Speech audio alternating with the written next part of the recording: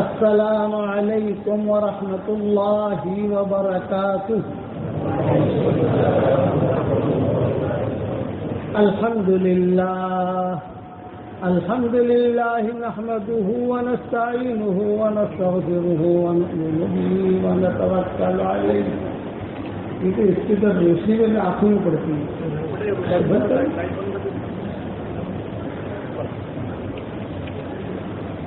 روز زندگی میں یاد رہے گا انشاءاللہ. ارے کہو تو بھائی اچھائی کے اعتبار سے یاد رہے گا. الحمد للہ نحمده ونستعینه ونستغفره ونؤمن به ونتوکل علیہ ونعوذ باللہ من شرور انفسنا ومن سیئات اعمالنا. ونعوذ باللہ من شرور انفسنا ومن سیئات اعمالنا. ونعوذ باللہ من شرور انفسنا ومن سیئات اعمالنا. من يهده الله فلا مضل له ومن يضلله فلا هادي له. ونشهد أن لا إله إلا الله وحده لا شريك له. ونشهد أن سيدنا ومولانا محمدا عبده ورسوله صلى الله عليه وعلى آله وأصحابه وبارك وسلم تسليما كثيرا كثيرا. أما بعد فأعوذ بالله من الشيطان الرجيم. بسم الله الرحمن الرحيم. يا أيها الذين آمنوا إن تنصروا الله ينصركم ويثبت أقدامكم. وقال الله سبحانه وتعالى يا أيها الذين آمنوا كونوا أنصار الله كما قال عيسى ابن مريم للحواريين من أنصاري إلى الله قال الحواريون نحن أنصار الله فآمنت طائفة من بني إسرائيل وكفرت طائفة فأيدنا الذين آمنوا على عدوهم فأصبحوا ظاهرين. صدق اللہ العظیم. قابل احترام بھائیوں، دوستوں، بزرگوں، مائیں، بہنیں، بیٹیاں، ہماری بہویں، بچیاں، حضور اکرم صلی اللہ علیہ وسلم کو ہم سے بہت محبت تھی. کسی نبی کو اپنی امت سے اتنی محبت نہیں ملے گی جتنی ہمارے نبی کو ہم سے. لیکن افسوس یہ ہے کہ ہم کو حضور سے اتنی محبت نہیں. دعویٰ تو کرتے ہیں کہ ہم کو حضور سے محبت ہے. محبت کرنے والا جو ہوتا ہے وہ سنتوں پر عمل کرتا ہے، اور محبت کرنے والا جو نہیں ہوتا وہ سنتوں پر عمل نہیں کرتا. حضور صلی اللہ علیہ وسلم کو ہم سے اتنی محبت تھی کہ آپ صلی اللہ علیہ وسلم کا انتقال کا وقت جب قریب آیا تو حضرت جبریل علیہ السلام آتے ہیں. حضرت اسرائیل، لیکن حضور کے انتقال پر کون آیا پہلے بھائی؟ حضرت اور حضرت جبریل نے آ کر حضور صلی اللہ علیہ وسلم سے کہا کہ حضرت پوری ٹیم لے کر میں آیا ہوں، سب باہر کھڑے ہیں. اسرائیل بھی ہے، اسرافیل بھی ہے، میکائیل بھی ہے، اسماعیل بھی ہے. اسماعیل بھی فرشتے کا نام ہے، اور آسمان کے سارے فرشتے موجود ہیں. میں آپ کے پاس خود اس لیے آیا ہوں کہ اللہ تعالیٰ نے آپ کو بلایا ہے. اگر آپ کی اجازت ہو تو پھر اس ٹیم کو لے آؤں یہاں تاکہ آپ کو اللہ کے پاس لے جائیں.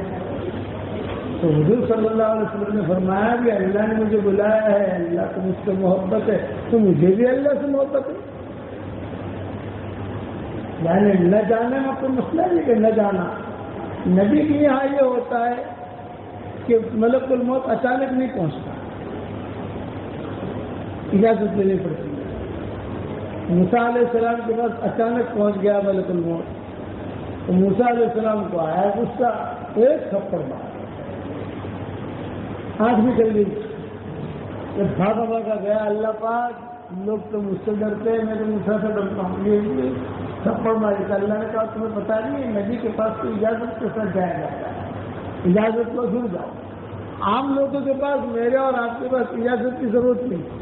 ہم ملک الموت کا بائیکاٹ اگر کریں کہ آج سے ملک الموت کا بائیکاٹ رنو جی مت آنا بھائی، تیرا بائیکاٹ ہے، وہ تو کہے گا تم میرا بائیکاٹ کرو تو کچھ بھی کرو، جب ٹائم آئے گا تو میں آ جاؤں گا اور لے کے چل دوں گا۔ تو نبی کے ساتھ یہ معاملہ نہیں ہوتا، نبی کی چیز خاص ہے، اجازت لو، اجازت دے چلے کیا ہوتا ہے۔ اسی طریقے سے حضور صلی اللہ علیہ وسلم کے پاس آئے ہیں جی حضرت اسرائیل پہلے نہیں آئے، وہ باہر کھڑے ہوئے اور حضرت جبریل نے کہا کہ حضرت اللہ نے یاد کیا ہے آپ کو اور ہم سب آئے ہیں، آپ کی اجازت پر موقف ہے۔ آپ نے فرمایا مجھے بھی اللہ سے محبت ہے، مجھے بھی اللہ سے ملنا ہے، لیکن ایک بات کا خلاصہ ہو جائے، یہ محبت کی بات بتا رہا تھا کہ حضور صلی اللہ علیہ وسلم کو ہم سے کتنی محبت تھی۔ حضرت جبریل نے کہا بتائیے کیا پوچھنا چاہتے ہیں؟ تو حضور صلی اللہ علیہ وسلم نے فرمایا مجھے اس وقت صرف ٹینشن اور فکر ہے میری امت کا، کہ میرے دنیا سے جانے کے بعد میری امت کا کیا ہوگا، یہ سوال۔ یہ انتقال سے پہلے باتیں ہو رہی ہیں کہ دنیا سے میرے جانے کے بعد یہ نہیں کہا میری عائشہ کا کیا ہوگا، میری میمونہ کا کیا ہوگا، میری ام سلمہ کا کیا ہوگا، میری بیٹی فاطمہ کا کیا ہوگا، یہ باتیں نہیں کی، میری امت کا کیا ہوگا، اس کا خلاصہ ہو جائے میں تیار ہوں۔ حضرت جبریل نے کہا بھی یہ تو مجھے پوچھنا پڑے گا، جب پوچھ کر آؤ۔ جو گئے اللہ کے دربار میں اللہ پاک آنے کے لیے تیار ہے، لیکن سوال یہ کر رہے ہیں کہ میرے دنیا سے جانے کے بعد میری امت کا کیا ہوگا، سوال یہ۔ تو اللہ نے جواب کیا کیا؟ جبریل پیارے نبی کو میرا پیارا سلام کہہ دیا۔ ایک بات، دوسری بات کہ پیارے نبی سے یہ کہنا کہ اپنی امت کے بارے میں ٹینشن نہ لیں، میرا وعدہ ہے میں آپ کو آپ کی امت کے بارے میں خوش کر دوں گا۔ اب کیا بچا؟ کوئی بچا نہیں، بلسو بھائی ہوتی کا رب کا فسا تھا، ہم آپ کو اتنا دیں گے، اتنا دیں گے، اتنا دیں گے تو آپ خوش ہو جاؤ۔ یہ محبت ہے۔ ہر نبی کو ایک دعا کا چانس ملا، صرف ایک دعا۔ کیا مطلب ایک دعا؟ آپ کو ایک دعا کا چانس ہے، جو مانگنا ہے مانگ لیجیے، ہم قبول کریں گے۔ قبول کرنے کا مطلب کہ آپ جو کہو گے کہ اللہ بھائی یہ مسجد سونے کی کر دے، سونے کی بن جائے گی، مثال دے رہا ہوں۔ کہ اللہ کا بہت کا پہاڑ سونے کا کر دے، سونے کا فوراً بن جائے گا۔ کہ اللہ پہ زمین میں سے سونا نکال دے، سونا نکل آئے گا۔ آپ جو کہو گے وہ ہو جائے گا۔ لیکن ایک دعا، سب دعائیں نہیں، کچھ دعائیں ایسی ہیں جو اللہ قبول کرے گا، کچھ دعائیں ایسی ہیں جو اللہ بعد میں دے گا، لیکن ایک دعا کا چانس ایسا جو مانگا فوراً ملا، فوراً۔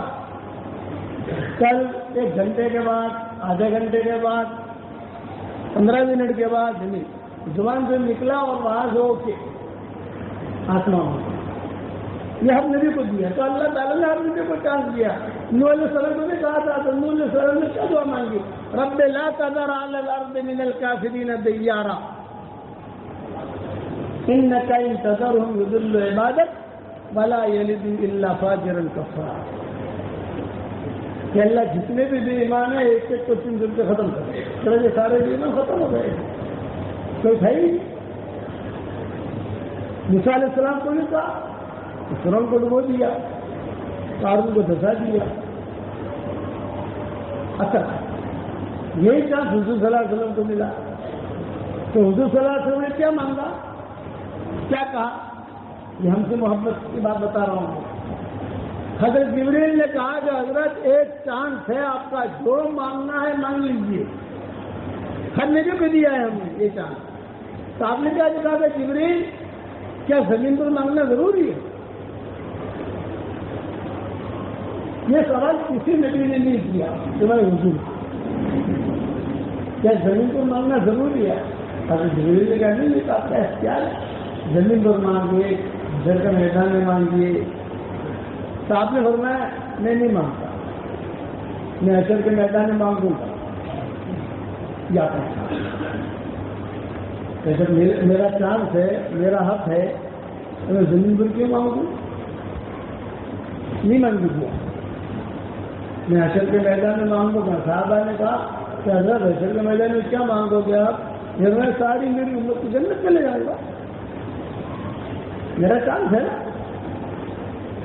گنہگار امت کو بھی جنت میں لے جاؤں گا. کچھ لوگ اپنی نیکی کی وجہ سے جائیں گے جنت میں، کچھ لوگ نماز کی وجہ سے جائیں گے، کچھ لوگ قرآن کی وجہ سے جائیں گے، اور کچھ لوگ میری سفارش کی وجہ سے جائیں گے کہ میری امت کی جنت میں جائیں. اللہ کو اس کو بھی جنت میں، اس کو بھی جنت میں، اس کو بھی جنت میں. یہ محبت ہمیں اپنا بھائی بہن بنایا. اس امت کی جو عورتیں ہیں یہ نبی کی بہنیں ہیں، مسلمان عورتیں دنیا بھر میں جہاں بھی، اور جو مرد ہیں مسلمان وہ نبی کے بھائی. کسی نبی نے یہ فضیلت نہیں دی اپنی امت کو کہ اپنا بھائی بہن بنایا، صرف ہمارے نبی نے. حدیث شریف میں آتا ہے آپ کا انتقال کا وقت جب قریب آیا تو پل بھر ماشا پل بھر تولا آپ کی طبیعت رہتی، بخار آتا تھا، کبھی بخار اتر جاتا تھا، کبھی پاؤں میں لرزہ ہو جاتا تھا، چل نہیں سکتے تھے، کبھی جو ہے یہ کرتے تھے کبھی آج کا وہ بکر کو کہہ دو کہ نماز پڑھا دیں، میرے اندر نماز پڑھانے کی بھی ہمت نہیں ہے. تو جب حضرت ابو بکر کو کہا تو حضرت عائشہ سے کہا بے ابو بکر سے کہو وہ نماز پڑھائیں. تو حضرت عائشہ رضی اللہ تعالیٰ نے اجتہاد کیا، یہ کہا کہ ابا میرے ابا اگر اس جگہ پر کھڑے رہیں گے تو روئیں گے، یہ نبی کی جگہ پر کیسے کھڑا رہا. حضرت عائشہ نے زور سے کہہ دیا تم پڑھا تو حضور جو لیتے ہوئے آواز آئی تو ابو بکر کی آواز نہیں تھی، کسی اور کی آواز تھی. آپ نے فرمایا میری کیا ہوا؟ میں نے کہا تھا ابو بکر کا یہ تو اور نماز پڑھا رہا ہے. پھر آپ نے فرمایا لا لا لا لا نہیں نہیں نہیں، صرف ابو بکر، صرف ابو بکر، ابو بکر کے علاوہ کوئی نہیں. جب آپ کا انتقال کا وقت آیا تو انتقال سے ایک ہفتہ پہلے آپ صلی اللہ علیہ وسلم نے بعض صحابہ کو جمع کیا، اور بعض صحابہ کو جمع کر کے کچھ وصیتیں کی، کئی وصیتیں کی ہیں. اب ساری وصیتوں تو کوئی ایک گھنٹے میں بیان نہیں کر سکتے، خاص طور سے جو ذہن میں جو ہے سفر سوار ہو کہ احمد آباد جانا ہے، وہاں سے ٹرین پکڑنی ہے، تو آدمی اس ذہن میں رکھ کے بات کرتا ہے. اور آپ تو تم ٹھہراتے نہیں رنوج میں ہم کو، اور آپ ٹھہرا لیتے تو اور لمبا بیان کرتے ہیں. لیکن یہ کہ ہمارے بھی اگلے پروگرام ہے. تو حضور صلی اللہ علیہ وسلم نے کئی وصیت، ایک وصیت یہ کی میرے دنیا سے جانے کے بعد مسجد نبوی کی طرف جتنے دروازے کھلتے ہیں سب کو بند کر دینا. یہ مسجد اپنی رنوج، یہ پورا جگہ کے دروازے تھے اور اس طرح سے مکانات تھے. تو صحابہ جو تھے ان کے گھر کے دو دروازے تھے، ایک دروازہ مسجد نبوی کی طرف کھلتا تھا اور ایک دروازہ اس طرف سڑک کی طرف کھلتا تھا. تو آپ نے اپنے انتقال سے پہلے یہ یعنی وصیت کی کہ مسجد کی طرف جتنے دروازے کھلتے ہیں یہ سب بند، میرا دروازہ بھی بس ایک ہی دروازہ رہے گا باہر کا. صحابہ کو بہت مزے تھے، اذان ہوتی ہے، نماز کا وقت ہوتا تو سیدھے اپنے گھر سے وضو کر کے ایک پاؤں گھر میں اور ایک پاؤں مسجد میں، سمجھ گئے نا، اس طریقے سے آتے تھے، اس طریقے سے جاتے تھے، آپ دیکھتے رہتے تھے. اور باہر جانا ہو تو اپنے گھر میں جا کر باہر سے نکل جاتے تھے. آپ نے فرمایا میرے انتقال کے بعد سارے دروازے جو مسجد نبوی کی طرف کھل رہے ہیں وہ سب بند، باہر کے دروازے کھلے رکھو، جسے آنا ہو گھوم کر آ دو. یہ نہیں کہ ایک پاؤں گھر گئے ایک پاؤں مسجد میں، یہ صرف ابو بکر کا دروازہ کھلا ہے. یہ آپ نے وصیت کی. صرف ابو بکر کا دروازہ. تو صحابہ نے پوچھا کہ حضرت ابو بکر کا دروازہ کیوں کھلا رکھیں؟ تو آپ نے فرمایا ابو بکر کے دروازے کے اوپر میں نے اللہ کی خصوصی قدرت کو اترتے ہوئے دیکھا ہے.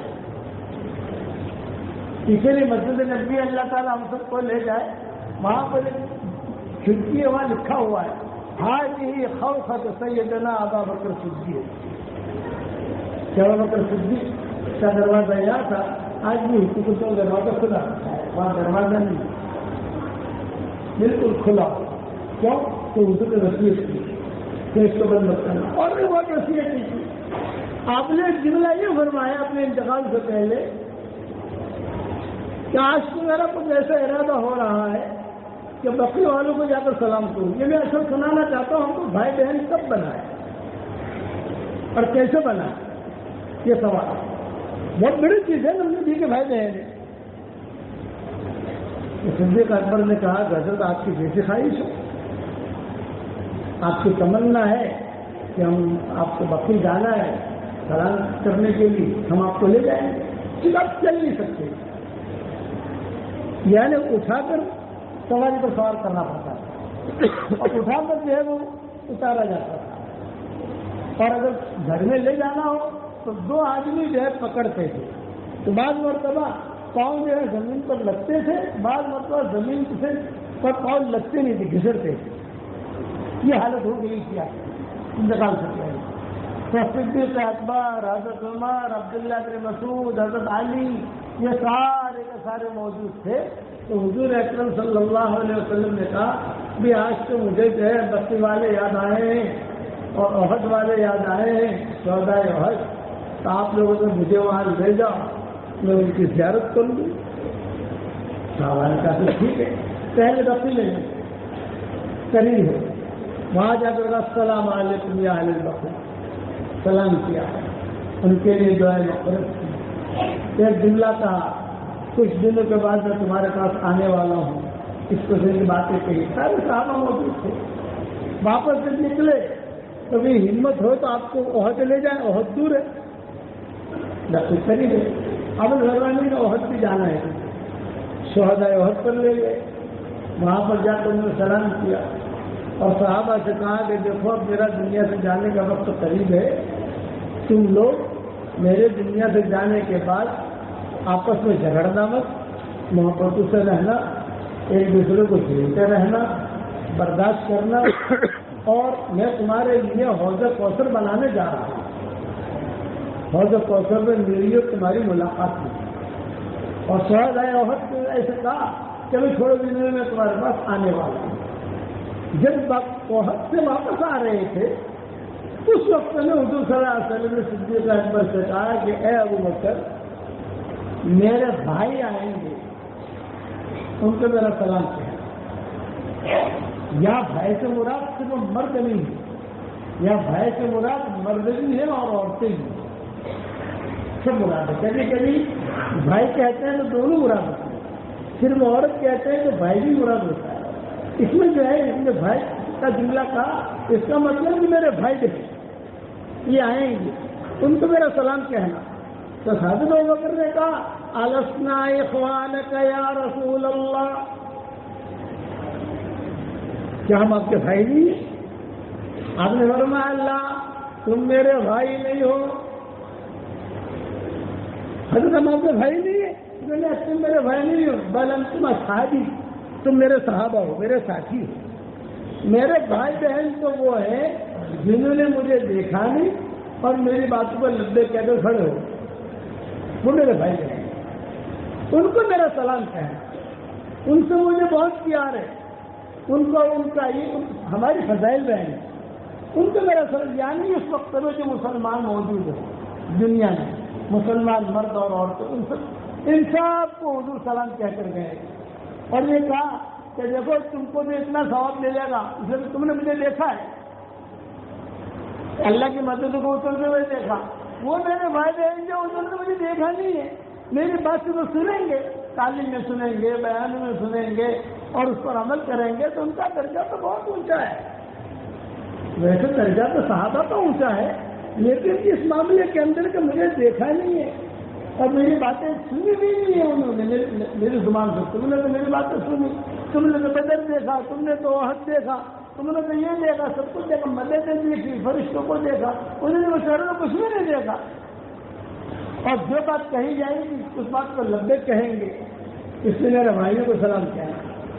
اب وہاں سے تشریف لے چلے. حضرت میمونہ رضی اللہ تعالیٰ عنہ کے یہاں باری مجھے صلاح کرنی, یعنی جیسے احد سے جب آ رہے ہیں تو باری میمونہ کے بعد حضور نے جو ہے وہ آ کر وہاں کمرے میں تو نہیں گئے. فرمایا میری طبیعت خراب ہے, اگر تم جتنی میری بیویاں ہو اگر مجھے اجازت دے دو تو میں عائشہ کے کمرے میں آرام کروں, کیونکہ مزاج سے واقفیت تو سکتی ہے, لیکن میں چاہتا ہوں کہ میں وہیں رہوں, وہ میری خدمت میں رہے اور مجھے دوائیں وغیرہ پلائے.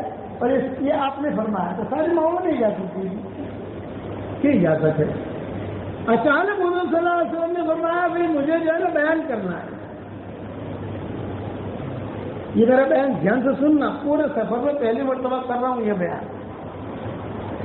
اچانک آپ نے جیسے لیتے ہوئے ہیں پل پر ماشاء اللہ کھولا, طبیعت ہے, حکیم لوگ آتے ہیں. ایک حکیم آیا مدینہ میں, اس نے کہا کہ حضرت مینڈک سے دوا بنا دوں.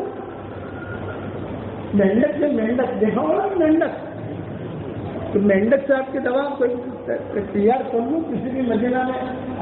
خبردار کبھی مینڈک کو مارنا منع کیا, خبردار کبھی مینڈک کو مارنا مت. اس کا جو بولنا ہوتا ہے پڑھ پڑھ وہ بولتا ہے وہ اس کی تصویر. سارے جانوروں میں ایک ہی جانور ہے جو سب سے زیادہ اللہ کی تصویر بیان کرتا ہے, مینڈک. یہ ہے جس خبردار مینڈک کو مارنا, خبردار مینڈک کو مارنا.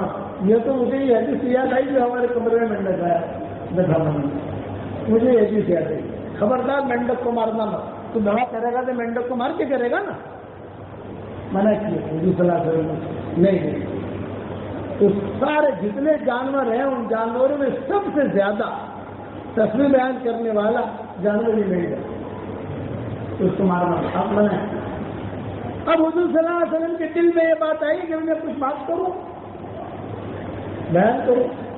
بلاؤ ابو بکر کو, بلاؤ عمر کو, سب کو بلاؤ, مجھے لے پہلے مجمع جمع کرو. اب مجمع جمع کیا. آپ کے انتقال سے پہلے یہ ہو رہا ہے, کچھ دنوں کے بعد آپ کی وفات ہونے والی ہے. آپ نے سب کو جمع, مائیں جو تھی وہ گھر میں سے سن رہی تھی, دوسری عورتیں جو تھی وہ جمع ہو گئی تھی. حضور نے سب کو جمع کیا, کیا بیان کریں گے, کیا وصیت کریں گے, کیا کہیں گے. پلور ماشا پلور کھولا ہے, حضور صلی اللہ علیہ وسلم طبیعت کے بارے میں کچھ نہیں کہہ سکتے کہ طبیعت خراب لگ رہی ہے. تو روایتوں میں آتا ہے آپ نے سب کو جمع کیا اور سب کو جمع کر کے کہا دیکھو میں اللہ کا نبی ہوں,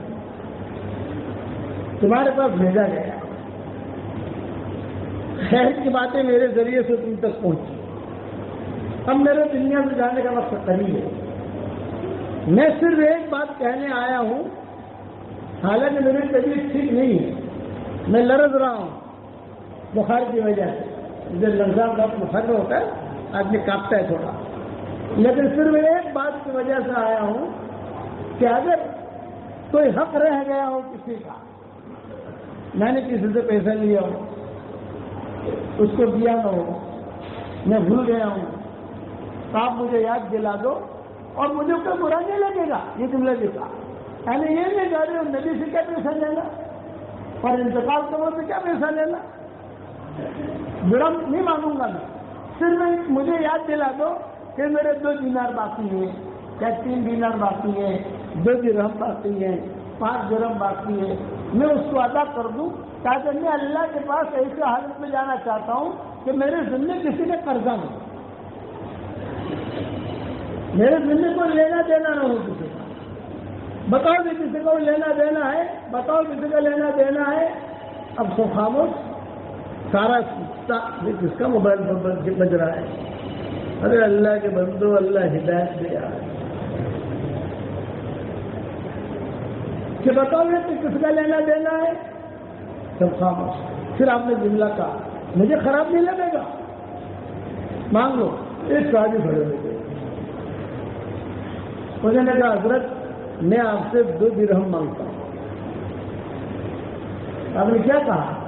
دیکھ تو مجھ سے 2 درہم مانگتا ہے، تو نے دعویٰ کیا ہے سب کے سامنے، میں تجھے جھٹلاتا نہیں، میں یہ نہیں کہتا تو غلط کیا ہے، ذکر نہیں، مجھے صرف یاد دلا دے کہ میں نے کب لیا، اتنے یاد دلا دے۔ تو صحابی نے کہا کہ حضرت ایک مرتبہ جو ہے کوئی فقیر آیا تھا مانگنے کے لیے، آپ کے پاس دینے کے لیے کوئی چیز نہیں تھی، تو آپ نے مجھے کہا تھا تجھے اس کو 2 درہم دے دے، میں تجھے دے دوں گا۔ آپ نے کہا ہاں ہاں ہاں، یاد آ گیا یاد آ گیا۔ ابو اسد عباس کے بیٹے تھے، وہ کھڑے ہوئے تھے، بھائی حضور کے رشتے دار ہے نا، وہ کھڑے ہوئے تھے، انہوں نے ان کو 2 درہم دے دے، ان کو 2 درہم کی بات نہیں ہوئی۔ یہ ہو گئے، پھر ایک صحابی کھڑے ہوئے، انہوں نے کہا حضرت مجھے آپ کو 2 درہم دینے، کیا آپ کے انتقال سے پہلے کی کا بدل سنا، مجھے آپ کو 2 درہم دے دیں۔ آپ نے فرمایا کیسے دینے؟ کیونکہ فلاں وقت میں میں نے لیے تھے، آپ نے دے، ہاں آپ نے فرمایا ہاں چلو تم واپس ان کو دے دو، ایسا مطلب اس کا بھی چکتا ہو جائے گا۔ سمجھ گیا؟ تیسرے صحابی کھڑے ہوئے، اور تیسرے صحابی کھڑے ہوئے، انہوں نے کہا کہ حضرت آپ کا دنیا سے جانے کا وقت ہے، میری بڑی بری عادتیں ہیں، خراب عادتیں ہیں، رضائی ہیں، سب کے سامنے کہتے ہوئے بھی شرماتا ہوں، ایسے میرے گناہ ہیں جسے میں جانتا ہوں، میرا اللہ جانتا ہے، آپ جو ہے دعا کریں کہ اللہ تعالیٰ مجھے معاف کرے۔ سب عمر کھڑے ہو گئے، انہوں نے کہا اپنے عیب بیان نہیں کیا کرتے، یہ کہ اپنے عمل اپنے عیب بیان نہیں کیا کرتے، تو اس نے فرمایا نہیں عمر یہ بات نہیں غلط۔ آج اس کو نبی کی دعا ملی، آج کے بعد نبی کی دعا نہیں ملی، آج نبی کی دعا ملے گی۔ تو حضور صلی اللہ علیہ وسلم دعا کے لیے ہاتھ اٹھائے، اے اللہ اس کو تو معاف کر دے، اس کے گناہوں کو معاف کر دے۔ جب آپ نے یہ فرمایا تو سارے صحابہ نے کہا ارے حضرت ہم سب گنہگار ہیں، اگر آپ کی دعا اس کو ملتی ہے تو ہمیں ملنی چاہیے۔ میں سمجھ پائیں گا نا، نہیں ہم سب گنہگار ہیں، تو آپ نے سب کے لیے دعائیں کہ اللہ تعالیٰ تم سب کو معاف کرے، اور مجھے تم سے محبت ہے، میں تم سے خوش ہو کر جا رہا ہوں، ناراض ہو کر نہیں جا رہا ہوں، صرف گھر پر تشریف لائے، یہ میں ہم سے جو محبت ہے وہ بتا رہا ہوں۔ پھر حضور صلی اللہ علیہ وسلم گھر میں تشریف لائے، اب گھر میں تشریف لانے کے بعد تو چنگے ہو گئے، چنگے ہو گئے مطلب سن لیتے پھر بہت اچھی ہو گئی، چہرے میں بشاشت آ گئی، مائیں بھی خوش ہو گئی، ہر فاطمہ بھی خوش ہو گئی، ارے طبیعت تو ماشاء اللہ آج تو بہت سبھر گئی طبیعت۔ فجر کی نماز میں حضور صلی اللہ علیہ وسلم نے پڑھائی تو نہیں، لیکن وہی بیٹھے بیٹھے پڑھی، کیا پڑھا، کس نے کیا پڑھا وہ سارا کے سارا سنا، یہ آیتیں پڑھی ہیں، باتیں کی، سب سے پوچھا تمہارا نام بھی تم کون، حضرت اسامہ کی جماعت کو روانہ کیا باقاعدہ حضور صلی اللہ علیہ وسلم سے ملنے کے لیے۔ حضرت اسامہ ہے، حضور نے اپنے انتقال سے پہلے جماعت روانہ کی، حضرت اسامہ یہ نوجوان تھے، یہ جان نہیں رہے تھے، اس سے جان نہیں رہے تھے کہ ان میں احمد کہہ رہی تھی کہ تم اگر چلے جاؤ گے تو حضور کا انتقال ہو گیا تو تم چلے گئے اور حضور کا انتقال ہو گیا، وہاں سے آنا پڑے گا تم کو، اور بہت دکھ ہوگا کہ تم یہیں رہو، میں خبر دوں گی اب کیسی طبیعت ہے، کیسی طبیعت ہے۔ ام ایمن نے کہہ دیا اب تو طبیعت بہت اچھی ہے، جی ملاقات کر کے رخصت ہو جاؤ، طبیعت اتنی اچھی ہو گئی، باتیں کرنے لے گا، ایسا کہ یہ کھانا ہے، آج تو فلاں چیز کھلاؤ، شریف کھلاؤ، یہ کھلاؤ، خوشبو لگاؤ، یعنی جیسے صحت مند آدمی باتیں کرتا ہے وہ باتیں کرنے لگے۔ حضرت اسامہ کی جماعت آئی، حضرت اسامہ، ارے اسامہ تم گئے نہیں، یاد تھا حضور کو، ارے میں نے تو بہت پہلے سنو تم کو رخصت کیا ہے، تم گئے نہیں، فرمایا حضرت تھوڑے مشغول تھے اس لیے نہیں گئے، اب جو ہے جدائی ملاقات کے لیے آئے ہیں، اس کے لیے ہم آئے ہیں۔ تو اس نے فرمایا آؤ آؤ آؤ معانقہ کرو، حضرت اسامہ سے معانقہ کیا حضور صلی اللہ علیہ وسلم۔ اور اتنا یاد ہے روایت میں آتا ہے کہ سب صحابہ دیکھ رہے تھے، وہ معانقہ کر رہے تھے، حضور صلی اللہ علیہ وسلم یہ ہاتھ لگا رہے تھے اور آسمان کی طرف یہ ہاتھ پھیلا رہے تھے، اور پھیلا کر پھر جو دباتے تھے، پھر ہاتھ پھیلاتے تھے پھر دباتے تھے، پھر ہاتھ پھیلاتے تھے پھر دباتے تھے، اور کہتے تھے کہ انفروا جیش اسامہ، انفروا جیش اسامہ، انفروا جیش اسامہ، اسامہ کی جماعت کو روانہ کرو، اسامہ کی جماعت کو روانہ کرو۔ یہ حالت اچھی تھی۔ اب کتابوں میں لکھا ہے کہ ام ایمن جو ام ایمن اسامہ کی والدہ، یہ بہت ٹاپ عورت ہے، ام ہانی حضرت علی کی بہن، اور یہ ام ایمن تھی۔ ام ایمن حضور صلی اللہ علیہ وسلم کہتے تھے ام ایمن سے مجھے ماں کا پیار ملتا ہے۔ حبشن کی حبشن، بہت موٹے موٹے تھے لیکن پھر دل بھائی۔ حضور صلی اللہ علیہ وسلم میں ماں کا جب انتقال ہوا مقام ابوا میں، تو آپ کی عمر 5 سال کی، یہ ام ایمن ساتھ تھی۔ جب حضور کو پتہ چلا کہ میری ماں کی طبیعت خراب ہوئی ہے، 5 سال کی عمر تھی آپ کی، تو سب لوگوں نے قافلے میں دیکھا کہ میری آمنہ کی طبیعت خراب ہے، حضور بھی آ کر بیٹھ گئے، ام ایمن بھی آ کر بیٹھ گئی، دوسرے جو لوگ تھے وہ بھی آ کے بیٹھ گئے۔ تو حضرت ان کی والدہ نے، حضور صلی اللہ علیہ وسلم کی والدہ نے حضور صلی اللہ علیہ وسلم سے کہا کہ محمد مجھ سے مل لو، اب میں جا رہی ہوں، اور کچھ جملے کہے، اخیر کی باتیں جو کہ اخیر کہا محمد مجھے یہ یقین نہیں تھا کہ میں جوانی میں مر جاؤں گی، یہ ان کی ماں نے اخیری جملے کہے، محمد مجھے یہ یقین نہیں تھا کہ میں جوانی میں مر جاؤں گی، کیونکہ میں جوان ہوں، اور میں دل کے اندر میرے یہ تمنا تھی کہ میں تجھے بڑا کروں گی، تیری پرورش کروں گی، تیری تربیت کروں گی، اور تجھے پالوں گی، پوسوں گی، اور تجھے اب میرا دنیا سے جانے کا وقت آ گیا ہے، میں جا رہی ہوں۔ اور لکل عروج الزوال، یہ جملہ کہا، لکل عروج الزوال، جتنا بھی آدمی اوپر چڑھے لیکن زوال کہی اس کا، لکل حی میت، جتنا بھی آدمی، جملے ان کی والدہ نے کہے، حضور کی والدہ نے، لکل حی میت، جتنا بھی آدمی زندہ رہے ایک دن تو مرنا ہے، محمد اب میں جا رہی ہوں، یہ کہہ کر حضور کا چہرہ جو تھا نا اپنے سرے سے لگایا حضور کے والدہ نے، اور حضور 5 سال کی عمر ہے، آپ کو سمجھ نہیں سکتے کیا ہو رہا ہے۔ ام ایمن یہ بوڑھی تھی، یہ سمجھ گئی، انہیں جب سانس اکھڑی اور اخیری جو باتیں ہوئی حضور صلی اللہ علیہ وسلم کے ساتھ، تو حضور ایک تو بچوں میں پڑ گئے، کبھی یوں دیکھتے تھے، کبھی یوں دیکھتے تھے، کبھی یوں دیکھتے تھے کہ کیا ہوا میری ماں کو کیا ہوا، کبھی یہاں دوڑتے تھے، کبھی یہاں دوڑتے تھے، یہ کسی حکیم کو بلا رہا ہوں، کوئی دوائی دے دے، کوئی گولی دے دے، میری ماں کی جان بچ جائے، ہر آدمی کرتا ہے اللہ کے۔ تو کتابوں میں لکھا جب انتقال ہو گیا تو حضور کو سنبھالنے والی جو ام ایمن، جب حضور صلی اللہ علیہ وسلم کی ماں کو قبر میں رکھا، اس زمانے میں، زمانہ جاہلیت کے اندر مشرکین قبروں میں دفن کرتے تھے، ہمارے یہاں تو جلاتے ہیں، ان کا جلانا نہیں تھا، ان کے یہاں جو ہے وہ قبروں میں دفن کرتے تھے۔ اسی لیے مسجد نبوی ہے جی، پرانی مسجد نبوی، یہ مشرکین کا قبرستان تھا۔ حضور جب آئے وہاں ہجرت کر کے تو آپ کھڑے ہوئے دیکھ رہے ہیں، اسے یہ کیا ہے بھائی؟ تو صحابہ نے کہا یہ مشرکین کا قبرستان ہے۔ اچھا، اور یہ کیا ہے؟ سہل پہل کا کی جگہ ہے، جہاں ان کی کھجوریں، جو یتیم بچے لڑکے تھے، جہاں ان کی کھجوریں وغیرہ سکھائی جاتی ہیں۔ آپ نے بتایا بھائی یہ مشرکین کا قبرستان ہے، اس کی کیا ضرورت ہے؟ ابھی تو مدینہ ہمارا ہو گیا، مدینہ پر ہمارا قبضہ ہو گیا، لوگ تھوڑا دور چلے گئے، مشرکین دور چلے گئے، نصارہ تو مدینہ میں تھے، نصارہ تو مکہ میں تھے، یہ سارے کے سارے دور چلے گئے، ارے بھی اس کو پاس ہو، اور 5 بجے تازہ قبریں ہوں، تو تازہ کوئی مشرک مرا ہو تو قبر کھودو، اور قبر کھود کر جو ہے اس کے ہڈیاں وغیرہ باہر پھینکو، اور باہر پھینک کر اسے مسجد میں دے دو، یہ مسجد نبوی وہاں بنی، تو ان کی عادت دفن کرنی تھی۔ سب پھر سال سہیل کا قصہ ہوا، ان کی زمین لے لی، تب جا کر مسجد نبوی بنی وہاں، یہ مشرکین کا قبرستان تھا وہاں پر۔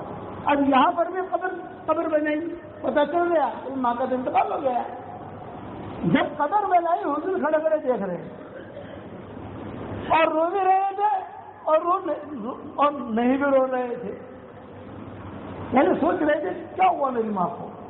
4-5 سال کی عمر کا بچہ ہو وہ جلدی سے تمیز نہیں کر سکتا کہ کیا ہوا میری ماں کو کیا ہوا. اب صاحب نے جو ہے قبر بنائی, سب کو دفن کرنے کا ارادہ کیا. جب حضرت آمنہ کو رکھا تو کتابوں میں لکھا ہے حضور کی چھلن لگائی, میں بھی میری ماں کے ساتھ چھلن لگائی. یہ ام ایمن وہاں انہوں نے حضور صلی اللہ علیہ وسلم کو نکالا اور حضور کو نکال کر اپنے سینے سے لگایا ام ایمن. اور یہی ام ایمن تھی کہ حضور صلی اللہ علیہ وسلم جب پوری قبر تیار ہو گئی تو اب ظاہر کے بعد ہے قافلہ تو مکہ جائے گا, مکہ جانا تھا لوگوں کو. تو ام ایمن کہتی تھی کہ پورے راستے میں حضور صلی اللہ علیہ وسلم مڑ مڑ کے دیکھتے تھے ماں کی قبر, جب تک نظر آتی تھی دیکھتے تھے. جب مکہ مکرمہ یہ پہنچے تو عبد المطلب جو ہے وہ استقبال میں آئے تھے. دادا زندہ تھے, باپ کا انتقال ہو چکا تھا, ماں کا بھی انتقال ہو گیا. تو عبد المطلب یہ استقبال میں آئے تھے. تو عبد المطلب نے دیکھا کہ تنعیم پر پہنچے اور مکان ایک تیار کیا تھا عبد المطلب نے حضور کے لیے, حضرت آمنہ کے لیے چھوٹا سا بستر حضور کے لیے, آمنہ کے لیے بڑا بستر, کھجوریں بھر دی, دودھ رکھ دیا, پنیر رکھ دیا, کھانے پکانے کی چیزیں رکھ دی. پھر میرا بیٹا آ رہا ہے مدینہ منورہ سے, میرا بیٹا آ رہا ہے مدینہ منورہ سے.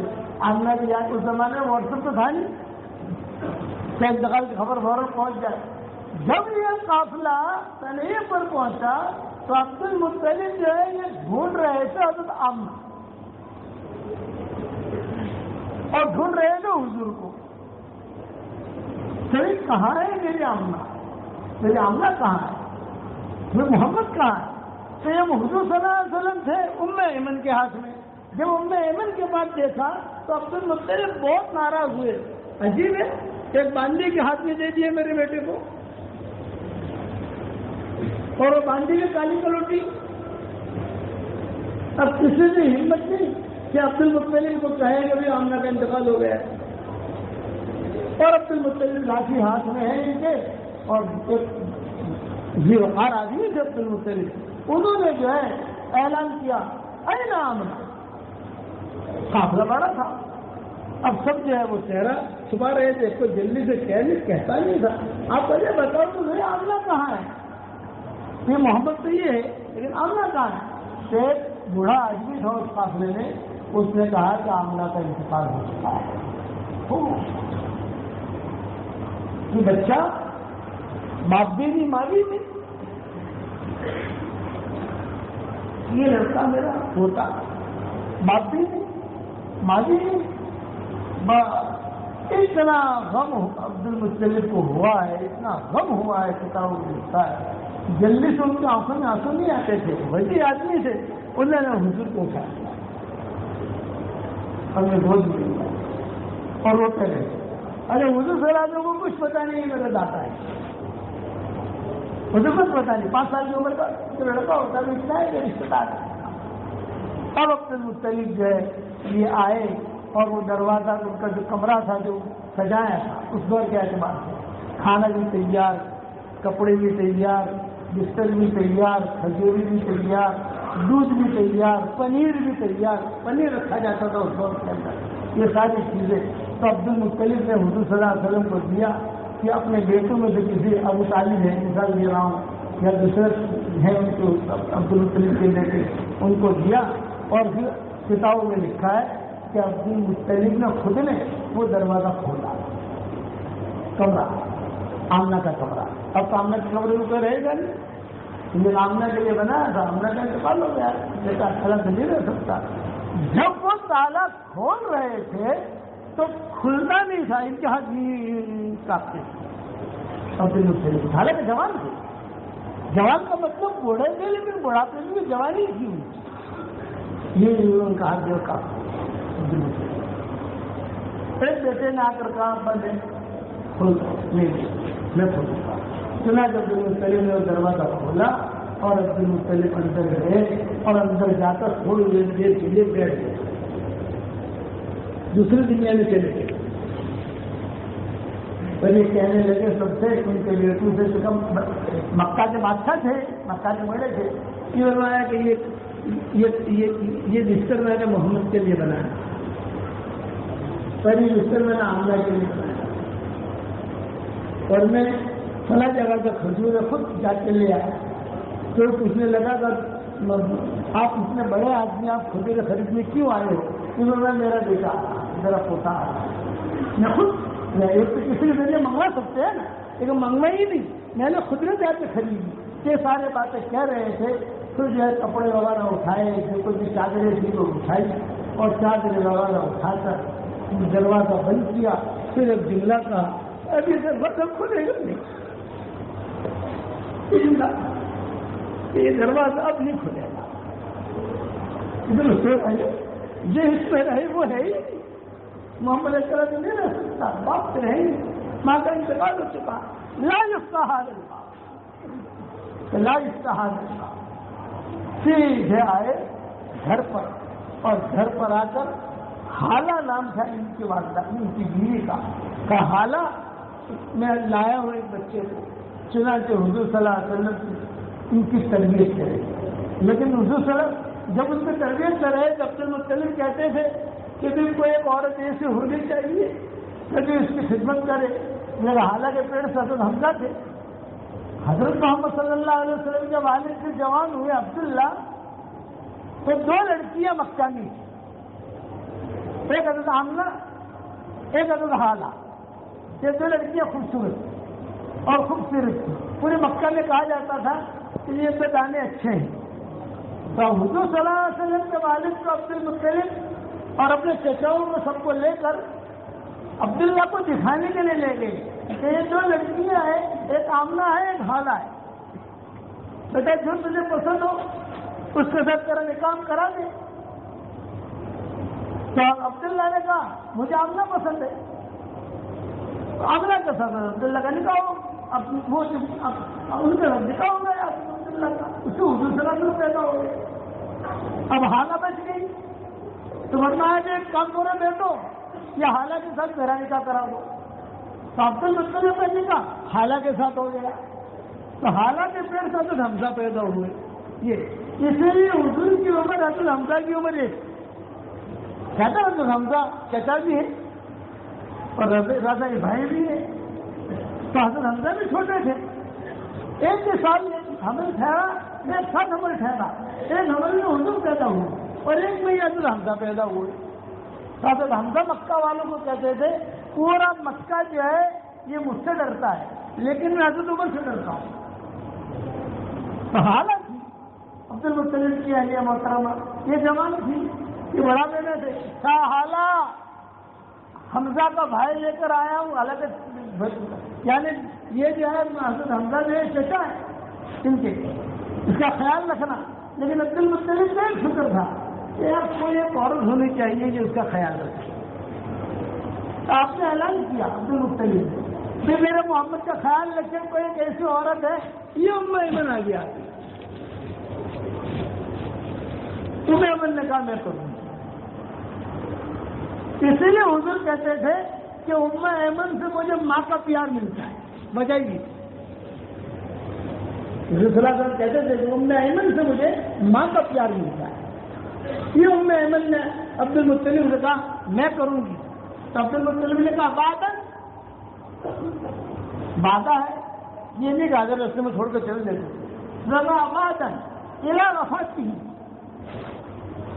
یہ جملہ تھا، جب تک یہ مرے گا نہیں تب تک میں ساتھ میں رہوں گا۔ حضور کا انتقال ہوگا، حضرت ام ایمن کی عمر بہت بڑی ہوئی ہے، حضرت عمر کے زمانے میں زندہ ہے، حضور کے زمانے میں زندہ رہی، ابو بکر کے زمانے میں زندہ رہی، حضرت عمر کے زمانے میں زندہ رہی، اور اس کے بعد بھی زندہ رہی ہے۔ مسجد نبوی کے باہر بیٹھ جاتی تھی لمبی چادر اوڑھ کر، اور لمبی تصویر تھی وہ تصویر پڑھا کرتی تھی، لوگ کہتے تھے کہ ہاذا ام ایمن، ہاذا ام ایمن، اور وہیں سو جاتی تھی، مسجد رہنے کے بعد سو جاتی تھی۔ اور حضور صلی اللہ علیہ وسلم کے ساتھ اور دن کے قصے ہوئے۔ یہ ام ایمن نے عبد المطلب سے کہا آپ اس محمد کا فکر مت کرو، میں جو ہے باپ بھی ہوں میں ماں بھی ہوں، ارے ماں باپ دونوں کا پیار نہیں ہے. تو حضور صلی اللہ علیہ وسلم کو سنبھال لیا. جو سنبھال لیا تو عبد المطلب خوش ہو گئے. عبد المطلب جب خوش ہو گئے تو عبد المطلب نے انعام دیا ام ایمن کو. اب عبد المطلب کی طبیعت جو تھوڑی پلوٹ کولا ہونے لگی. اب ہمیشہ یہ ام ایمن کے ساتھ رہتے ہیں. کھانا پینا سب عبد المطلب کیا, لیکن کہیں جانا ہو گئے ام ایمن چلو, کپڑے دھو لو پھر ام ایمن دھو لو کپڑے, نہلانا ہے ام ایمن نہلا دو. تو جب بھی حضور صاحب کو عبد المطلب کا کہ یہ ملتزم ہے نا, ملتزم آج کل وہاں پر عبد المطلب کو مسلط لگتی تھی, مسلط. تو یہ ام ایمن روزانہ یہ کپڑے حضور صلی اللہ علیہ وسلم کے بدلا کر اور سرما لگا کر خوشبو زمانے کے اعتبار سے لگا کر سر میں تیل ڈال کر یہ ام ایمن ہاتھ پکڑ کے حضور کو لاتی. تو حضور صلی اللہ علیہ وسلم دوڑتے تھے پورے حرم میں 5 سال اور سارے کے سارے رؤساء مکہ سامنے بیٹھے رہتے تھے. عبد المطلب کے انتظار میں عبد المطلب آئے تو ایک مرتبہ دوڑتے حضور صلی اللہ علیہ وسلم سیدھے دادا کی جگہ پر آ کے گئے. جب دادا کی جگہ پر آ کر بیٹھے تو سارے چشموں نے کہا محمد محمد محمد محمد. دادا ہے کہ دادا دادا دادا ہو جا اتنے عبد المطلب آئے. یہ کیا کہہ رہے ہو تم لوگ؟ اس کو سکھا رہے تھے دادا کی جگہ, خبردار تم میں سے کسی کو بیٹھنے کی اجازت نہیں ہے. یہ مسلک میری نہیں ہے, یہ اس کی ہے.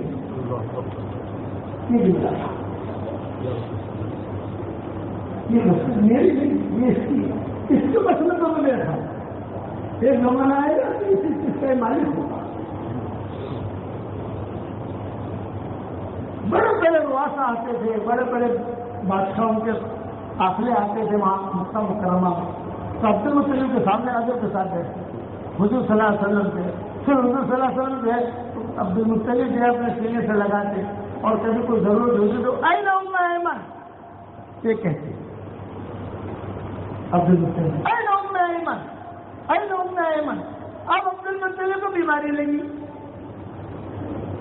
وہ بیماری میں سمجھ گئے کہ میرا انتقال ہو جائے گا. تو عبد المطلب نے سارے اپنے بیٹوں کو جمع کیا اور جمع کر کے کہا بھائی دیکھو میرے دنیا میں جانے کا وقت قریب آ گیا ہے. میں عبداللہ کو بھی ساتھ میں دیکھ رہا ہوں, میں فلاں کو بھی ساتھ میں دیکھ رہا ہوں, میں آمنہ کو بھی ساتھ میں دیکھ رہا ہوں. میرے دنیا سے جانے کا وقت قریب آ گیا ہے. تو یہ بتاؤ حضور کھڑے ہیں وہاں, حضور صلی اللہ علیہ وسلم نہیں کھڑے, آپ کی عمر 7 سال کی تقریب ہوگی. تو دیکھو اب مجھے یہ بتاؤ کہ میرے دنیا سے جانے کے بعد اس بچے کی نگرانی کون کرے گا؟ تم ایمن کون کرے گا؟ تو سب جگہوں نے کیا کہا کہ ابو جہل, ابو لہب اور عباس ہے, ابو طالب, یہ سارے کے سارے جو تھے انہوں نے کہا یہ میرے بچے کی نگرانی کون کرے؟ تو سب نے کہا ہم کریں گے. عبد المطلب نے کہا نہیں. ایک آدمی بتاؤ, ایک آدمی ابو طالب نے کہا دیکھو یہ بتایا. عبد المطلب نے اس وقت پہلے یہ کہا ابو طالب آ گیا, آج کیا اور حضور کا ہاتھ ان کے ہاتھ میں دے دیا. میں زندہ ہوں تب تک یہ میری تحریر میں رہے گا. میرا دنیا سے جب میں دنیا سے چلا جاؤں تو پھر یہ تمہاری تحریر میں رہے گا. اسے تو تکلیف نہیں ہونی چاہیے. اور اس کو پالنے کے لیے, بڑا کرنے کے لیے تمہیں ضرورت پڑے گی کسی عورت کی, یہ امید ہے. میری فلاں جگہ سے پیسے آتے ہیں, فلاں جگہ میری پراپرٹی ہے, کچھ نہ کچھ ام ایمن کو دے دینا, لیکن یہ ام ایمن ہے. اب حضرت صلی اللہ علیہ وسلم خود فرماتے تھے, آپ فرماتے تھے میرے 8 سال کی عمر ہوئی اور میرے دادا کا انتقال ہو گیا. جب حرم شریف میں جنازہ اٹھا ہے عبد المطلب کا تو حضور خود کہتے تھے, 8 سال کی عمر میں بچے کو باتیں یاد رہتی ہے, تو حضور خود کہتے تھے کہ میرے دادا کا جب جنازہ اٹھا ہے تو میں پیچھے پیچھے روتا ہوا جا رہا تھا اور میں کہہ رہا تھا میرا باپ بھی نہیں, میری ماں بھی نہیں, میرا دادا بھی نہیں. انی کنت ابن ثمان, میری عمر 8 سال کی. یا فرماتے اور عبد المطلب کو دفن کیا. جب عبد المطلب کو دفن کیا تب ظاہر بات ہے ابو طالب نے حضور صلی اللہ علیہ وسلم کا ہاتھ پکڑا، حضور بھی چل رہے تھے، ابو طالب بھی چل رہے تھے، اور پھر یوں کہا کہ محمد تمہارا سامان کہاں ہے، سامان لے لو۔ چنانچہ سامان ہارے کے وہاں رکھا ہوا تھا عبد المطلب کیا، وہاں جا کر جو ہے سارے حضور کے کپڑے لیے، سارے جو بھی حضور صلی اللہ علیہ وسلم کی چیزیں تھی وہ لی، تھوڑے آگے بڑھے، آپ نے فرمایا چچا میرے کپڑے کچھ سوکھ رہے ہیں، میرے کپڑے کچھ سوکھ رہے ہیں۔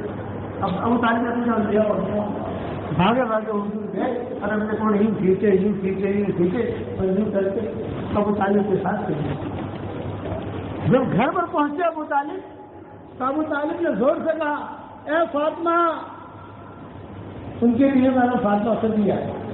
ابو طالب نے کہا ایک ہی عورت ہے ہماری شریعت میں جس کے لیے حضور صلی اللہ علیہ وسلم نے کہا اس کے لیے ڈبل قبر کھودو، ایک ہی عورت ہے، پوری شریعت کے اندر کوئی عورت ایسی نہیں ملے گی جس کے لیے حضور نے یہ اعلان کیا۔ لمبا قصہ ہے، بعد میں سنائیں گے، یہ سن لو، 7:15 تو بج گئے یہاں پر۔ کہا ہے فاطمہ ایک مہمان لایا ہوں، کہ ابو طالب کیا ایک مہمان لایا ہوں، اور یہ فاطمہ کی سے اپنا کام کر رہی ہے گھر میں۔ اچھا کون ہے مہمان کام بھی کر رہی ہے، بات دیکھ نہیں رہی تو میری طرف دیکھ تو صحیح، ایک مہمان لایا ہوں تو دیکھ تو صحیح۔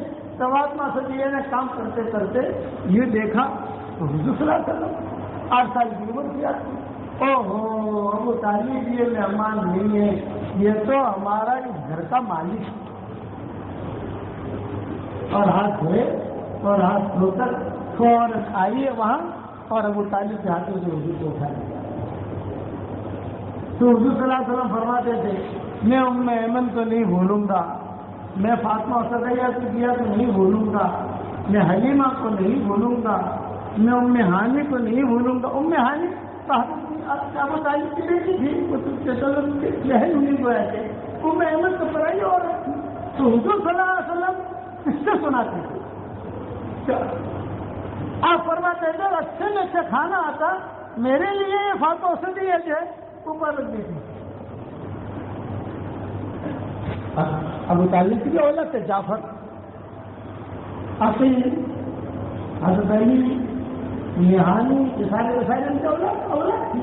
کچھ کہتے تھے کیا ہے تمہارے لیے محمد کی، تمہارے لیے محمد کے لیے جب میں آتا تو مجھے کہتا محمد میں اتار کر دیتا ہوں، تو اکیلا جلدی سے کھا جا، ان کے آنے سے پہلے کھا جا، جیسے حلوہ آتا یا کوئی کھیرا آتا یا کوئی چیز آتی تو آپ فرما دیں میرے لیے رکھیں، کبھی بھی مجھے تکلیف نہیں ہونے کی فاطمہ سے دیا یہ فرمایا۔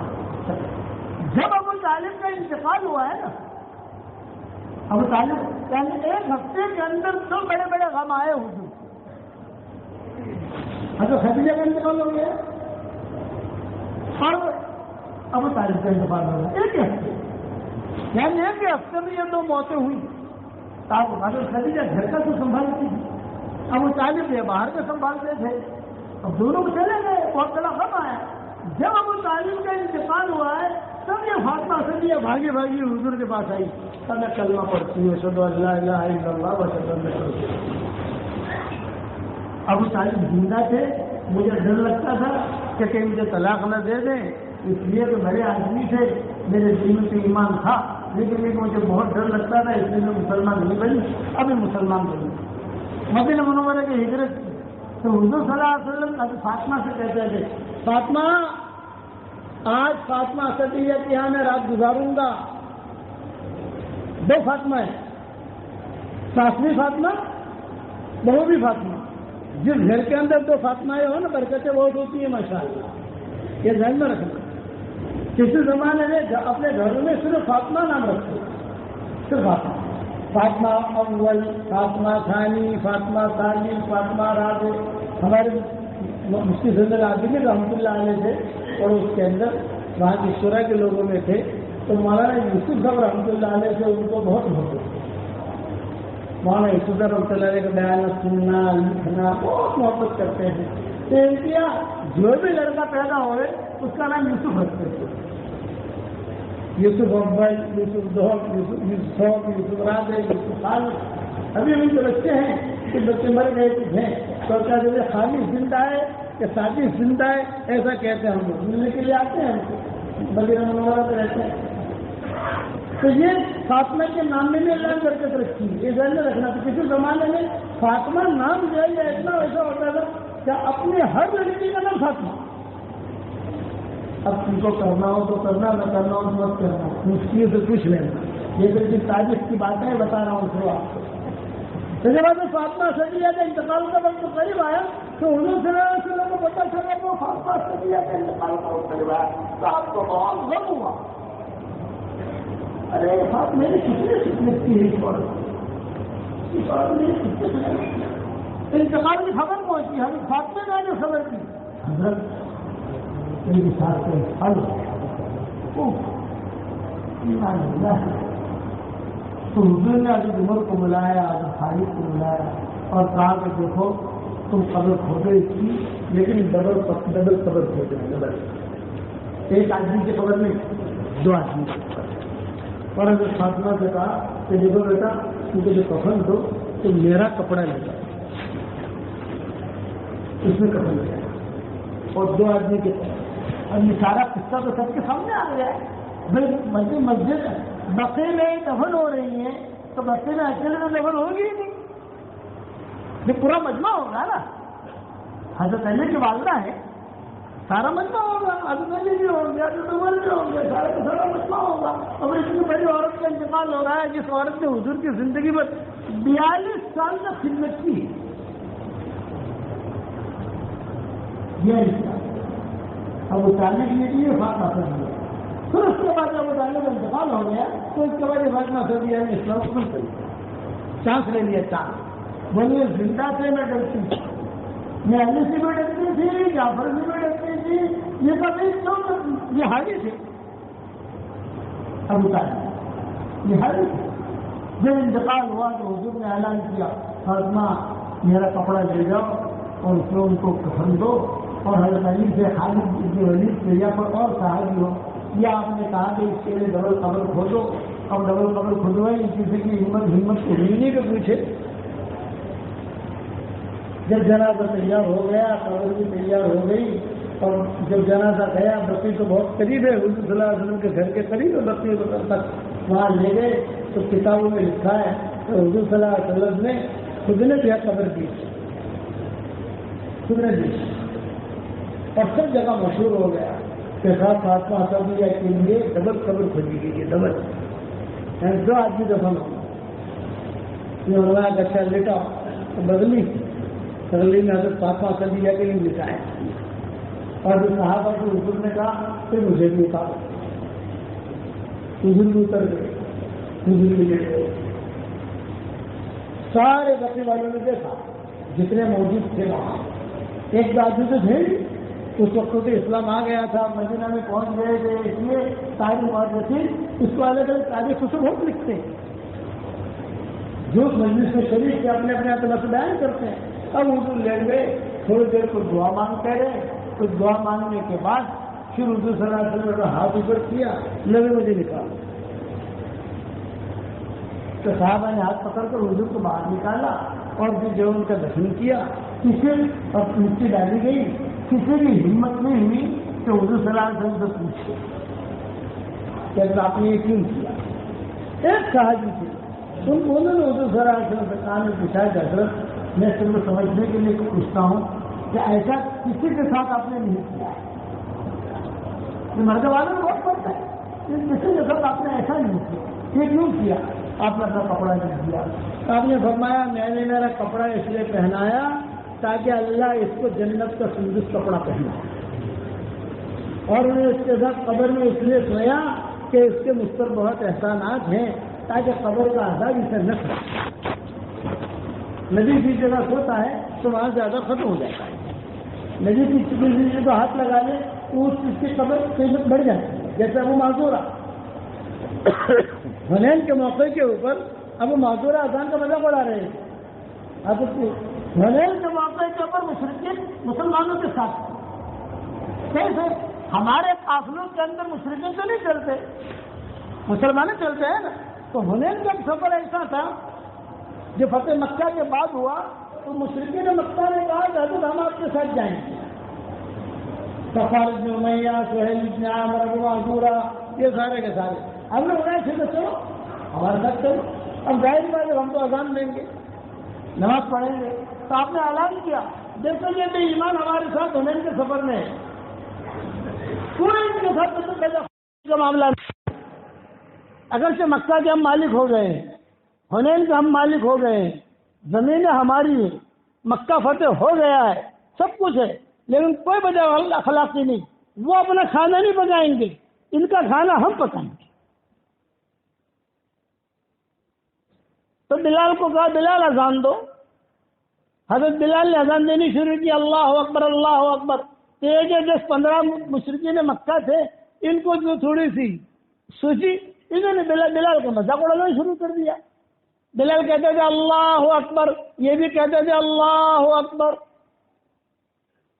بلال کہتے تھے حی علی الصلاۃ، یہ بھی کہتے تھے حی علی الصلاۃ. آپ سن رہے ہیں بیٹھے ہوئے کہ فتح مکہ کے موقع پر صرف 2 امہات المومنین ساتھ تھی، حضرت میمونہ اور ام سلمہ، اور کوئی ماں ساتھ نہیں تھی. حجۃ الوداع میں ساری مائیں ساتھ تھی، فتح مکہ کے موقع پر صرف 2 مائیں ساتھ تھی. تو ان ماؤں کے پاس تھے حضور، اور یہ آواز آتی تھی. حضور جو ہے وہ ناراض ہو رہے تھے کہ اذان کا مذہب پڑھا رہا ہے. جب اذان ہو گئی تو حضور باہر نکلے، بیٹھ گئے خیمے کے بعد. من هؤلاء الذين يرفعون اصواتهم عند النداء، بھئی یہ کون لوگ ہیں جو اذان کے وقت میں آواز بلند کر رہے تھے؟ تو بعض صحابہ نے آ کر کہا کہ حضرت یہ مکہ کے بدماش لڑکے ہیں. آپ نے فرمایا مکہ کے بدماش لڑکے ہیں، لیکن ہے کون وہ لوگ؟ میرے سامنے تو لاؤ. اسلام کہاں چکا تھا وہاں؟ سامنے بٹھایا. تو آپ نے فرمایا پھر تم لوگ جو ہے مذاق اڑا رہے تھے بلال کا؟ ہاں. یہ بلال کا کیوں مذاق اڑا رہے تھے؟ یہ کہا یہ ہمارا غلام، ہم مارتے تھے اس کو، آج نبی کا مؤذن بن گیا ہے. تو آپ نے کیا جواب دیا؟ ایک لڑکی کی آواز بہت بلند تھی، اللہ اکبر زور زور سے بولتا تھا. وہ کون تھا؟ فاشاروا الی ابی محذورہ، یہ بیوی سے بیٹھے ہوئے تھے. فاشاروا الی ابی محذورہ، انہوں نے ابو محذورہ کی طرف اشارہ کیا یہ تھا. تو حضور نے کیا فرمایا؟ ابو محذورہ قل مثل ما یقول بلال، بلال جو کہہ رہا تھا کہو. ابو معذورہ نے کہا کہ حضرت مجھے تو آتا ہے نہیں. پر ابو معذورہ جو ڈر رہے تھے کہ میری چوری پکڑی گئی ہے، یہ مشرک تھے اس وقت میں. تو ابو معذورہ جو یوں دیکھ رہے تھے تو یوں دیکھتے تھے کہیں حضور اشارہ کرے، اور اشارہ کرے گا تو کوئی قتل کر دے گا. ہم نے فرمایا کہ تو گھبرا مت، ہم تجھے قتل نہیں کریں گے، تو گھبرا مت.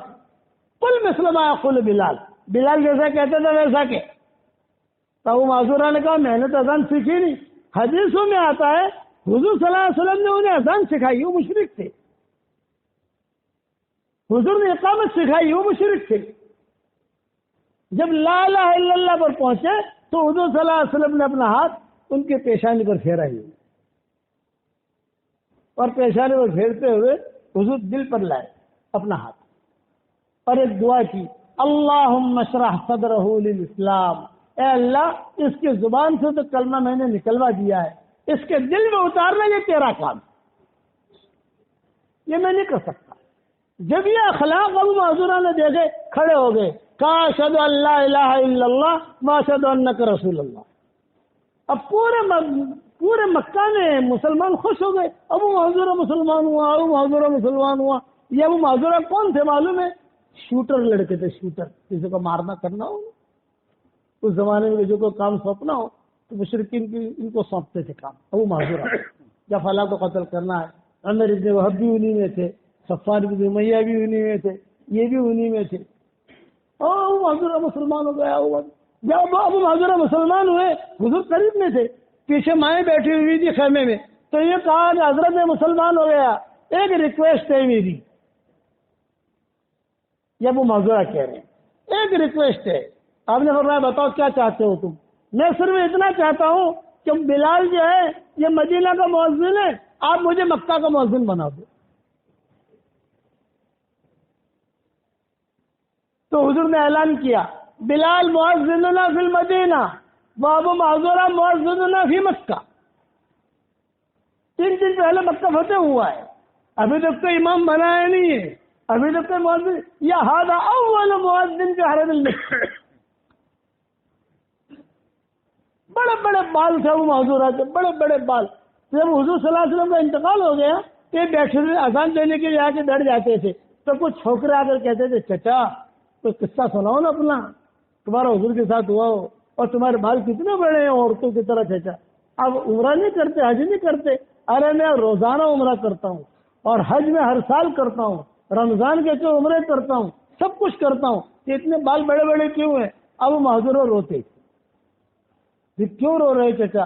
کہ میں اللہ کے نبی کا راز ہے بتانا نہیں چاہتا. نہیں بتاؤ تو صحیح ہمیں پتا چلے.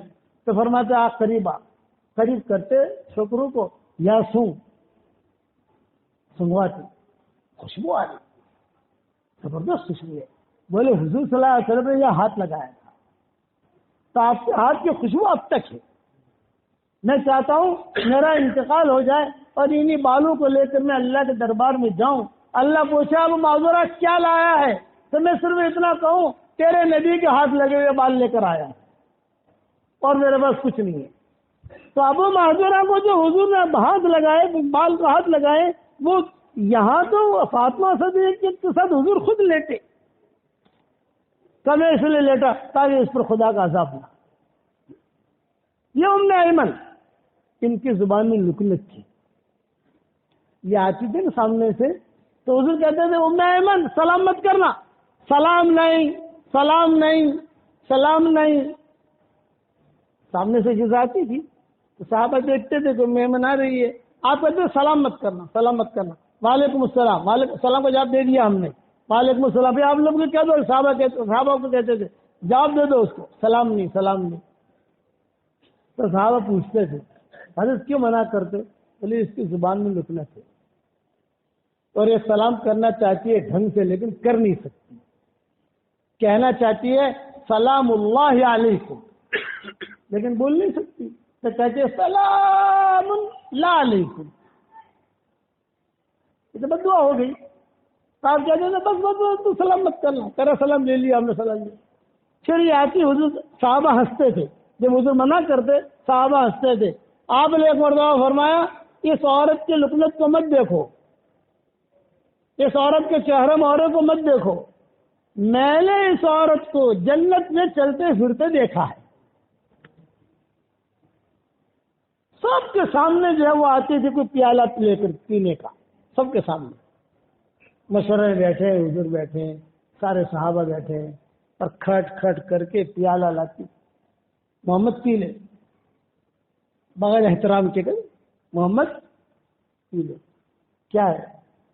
آپ کہتے ہیں ضرورت نہیں، ماں دے رہی ہے منع کر رہا ہے، ماں دے رہی ہے منع کر رہا ہے تو آپ پیتے.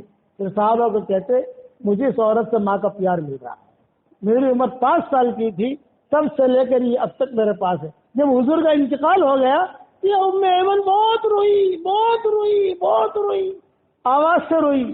اب وہ پر عمر سمجھانے کے لیے آئے تو ام ایمن نے کہا حضور کے انتقال پہ نہیں رو رہی ہوں، یہ تو میں جانتی ہوں کہ مرنا ہے سب کو، تو اتنا کیوں رو رہی ہو تم؟ میں اس لیے رو رہی ہوں کہ آسمان سے جو نئی نئی خبریں آتی تھی وہ بند ہو گئی. پھر ابو بکر کا انتقال ہوا نہیں روئی، حضرت عمر کا انتقال ہوا تب بھی زندہ تھی، بہت روئی بہت روئی بہت روئی بہت روئی. اب صحابہ نے پوچھا آپ کیوں روتی ہے؟ بولے عمر کے انتقال پہ نہیں رو رہی، میں اس لیے رو رہی ہوں کہ عمر کے انتقال کے بعد اسلام کمزور ہو گیا. سوچ، اس لیے اب جو کہ مضمون تو کئی مضمون جو ہے میں نے کر دیے. میں تو صرف اتنا کہتا ہوں مائیں بہنیں بھی سن رہی ہے، ہمارے بھائی بھی سن رہے ہیں، اپنی زندگی کو بدلنے کے ارادے کرو، سیرت پر اپنی زندگی کو لاؤ، حضور صلی اللہ علیہ وسلم کے طریقے کے مطابق لاؤ. حضور نے ہمیں بھائی بہن بنایا ہے کیوں؟ تاکہ حضور کے باتوں پر ہم عمل کریں. آپ کو کچھ ہدیہ دوں بھائی؟ ارے بتاؤ تو رنوج والو، ہدیہ دوں؟ حدیث شریف. اچھا یہ بتاؤ جنت میں جانا ہے کہ نہیں جانا؟ پکا نا؟ تو جب حدیث شریف میں آتا ہے، یہ جب نبی کی بات بتا رہا ہوں، اس وجہ سے ہم بھائی بہن بنے نبی کی بات پر یقین. جو یقین کے راہ پہ چل پڑے انہیں منزلوں نے پناہ دی. جو یقین کی راہ پہ چل پڑے انہیں منزلوں نے پناہ دی. جنہیں وسوسوں نے ڈرا دیا وہ قدم قدم پر بہک گئے. جو یقین کی راہ پہ چل پڑے انہیں منزلوں نے پناہ دی. جنہیں وسوسوں نے ڈرا دیا وہ قدم قدم پر بہک گئے. اب اگلی حدیث جو سناتا ہوں سب اس پر عمل کرنا. صحیح حدیثوں میں آتا ہے 10 مرتبہ اگر کوئی سورہ اخلاص پڑھے تو جنت میں ایک محل تیار ہو جاتا ہے. 20 مرتبہ پڑھے 2 محل تیار ہو جاتے ہیں. 30 مرتبہ پڑھے 3 محل تیار ہو جاتے ہیں. تو میں آج کل 313 مرتبہ پڑھواتا ہوں میرے شاگردی کو کہ 313 مرتبہ سورہ اخلاص پڑھنے کی عادت ڈالو. روزانہ انشاءاللہ 31 محل تیار ہو جائیں گے. کتنے بھائی؟ اور 104 مرتبہ قرآن شریف پڑھنے کے برابر ثواب مل جائے گا. 31 بنگلے روزانہ تیار ہوں گے. رنوج میں اتنا آسان ہے؟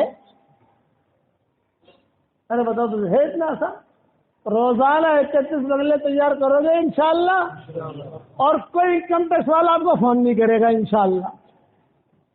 بھائی دنیا میں اگر آپ بنگلے بناؤ زمین مل لو تو فون آتے نہیں آتے، پیسے کہاں سے لائے بھائی حساب کتاب دو. تو یہ آپ کو بھی ہدیہ دے کر جا رہا ہوں. حالانکہ ہمارا سفر کا دن نہیں تھا، ہمارا یہاں آنے کا دن نہیں تھا، ہمارے اگلے پروگرام تھے. آپ کی محبت کی وجہ سے آیا ہوں میں یہاں. تو اب کم سے کم جب میں آیا تو کم سے کم ہمارا بھاؤ تو ملنا چاہیے نا بھائی. ارے بھائی ڈاکٹر کے پاس جاتے ہو تو فیس دیتے ہو نہیں دیتے؟ وکیل کو، حکیم صاحب کو دیتے ہو نا؟ یہ تمہارا تلاٹی ہوتا ہے اس کو دیتے ہو نا؟ مکان رجسٹر کرانا ہو تو فیس دیتے ہو نہیں دیتے؟ ہم یار بیوقوف ہے، ہمیں کوئی فیس نہیں ملتی. ہماری فیس کیا ہے؟ روزانہ 31 مرتبہ 31 بنگلے تیار کرو. 313 مرتبہ سورہ اخلاص پڑھو. ہر مرتبہ بسم اللہ الرحمن الرحیم پڑھنا ضروری نہیں ہے. جب شروع کرو بسم اللہ الرحمن الرحیم پڑھ لو. اب بغیر بسم اللہ کے پڑھتے رہو. کبھی 10 مرتبہ پڑھ لیا، پھر روٹی پکانے میں لگ گئی، پھر 25 مرتبہ پڑھ لیا. یعنی 24 گھنٹے میں وقفے جگہ تھوڑا کر کے تم پڑھتے رہو. 31 بنگلے 313 مرتبہ سورہ اخلاص، 313 مرتبہ درود شریف، 313 مرتبہ استغفار. درود شریف شارٹ، صلی اللہ علیہ وسلم، صلی اللہ علیہ وسلم، شارٹ والا. لمبا درود آدمی وقت لگتا ہے. یہ صلی اللہ علیہ وسلم میں درود بھی ہے اور سلام بھی ہے، دونوں ہیں اس کے اندر. صلی اللہ علیہ وسلم، صلی اللہ علیہ وسلم. اور استغفار میں اے اللہ مجھے معاف کر دے، اے اللہ مجھے معاف کر دے، اے اللہ مجھے معاف کر دے. 313 مرتبہ پڑھو گے انشاءاللہ. اور آپ کو خوشخبری دیتا ہوں، اگر آپ نے یہ عادت ڈال دی نا، 313 مرتبہ سورہ اخلاص، 313 مرتبہ درود شریف، 313 مرتبہ استغفار، اس کے بعد انشاءاللہ جو دعا مانگو گے اللہ آپ کی دعا قبول کرے گا. وہاں تو ملے گا ہی ملے گا. اور ایک بات میں اور کہتا ہوں، رات کو نیند نہ آئے نا، نیند تو یوٹیوب نہیں دیکھنے کا. بنگلے بناتے بناتے سو جاؤ. ارے ہم کیا کہنا، بنگلے بناتے بناتے بنگلے بھی بن جائیں گے. اور بنگلے بننے کے بعد جو ہے یہ کہتے ہیں کہ اپنا جو نیند آ جائے گی بنگلے بن جائیں گے. ایک ڈاکٹر بھی ہے شکاگو میں، احمد آباد کی، ہمارے احمد آباد کی. تو وہ ڈاکٹر نے تو جب 10-12 سال سے میں تشکیل کر رہا ہوں ساری دنیا میں لوگوں کی، لوگ پریشان تھے. میں نے کہا تم اتنا تو کرو. تو ڈاکٹر نے کہا کہ مولوی صاحب جب سے آپ نے کہنا شروع کیا ہے الحمدللہ میں نے 10 لاکھ مرتبہ سورہ اخلاص پڑھا ہے. کتنی مرتبہ بھائی؟ آپریشن کرتے کرتے بھی امریکہ میں سورہ اخلاص پڑھتی رہتی ہے.